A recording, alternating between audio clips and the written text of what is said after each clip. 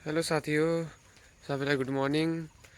तपाईँहरूले अस्ति यो मकैहरू हेर्नुभएको थियो, सानो सानो थियो। हाम्रो यताको लिची गाछ पनि सानो सानो थियो, कस्तो ठुलो भइसक्यो सक्छु गाइस। आजको दिन चाहिँ हाम्रो बोजूको यहाँ सुँगुरको हजुर मकै त सब पाकिसक्यो भने कस्तो ठुल्ठुलो भएछ। अन्त यहाँ सुँगुरले चाहिँ बिहाइछ नि बोजू, नानी बिहेको छ। तपाईँहरूलाई देखाउँदैछु, अहिले रोक्नुहोस् ल।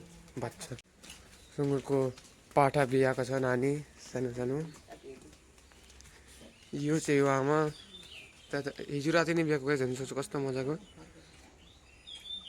दुध खाँदैछ आमाको यिनीहरूले।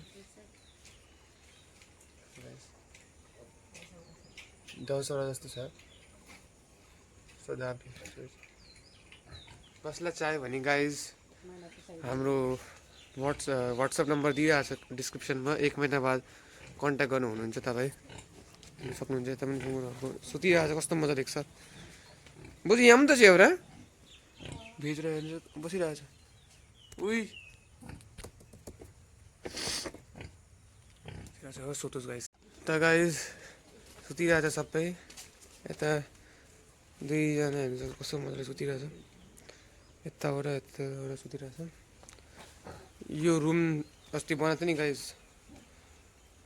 यता छ अझै, यता पनि छ। खतम हुनु आँटेछ, सबै सुँगुरहरू बेचिसक्यो बोजूले सबै पठायो। कस्तो मजा सुतिरहेछ। हुन्छ गाइस, चाहियो भने कन्ट्याक्ट गर्नुहुन्छ। आजको भ्लगको लागि यति नै।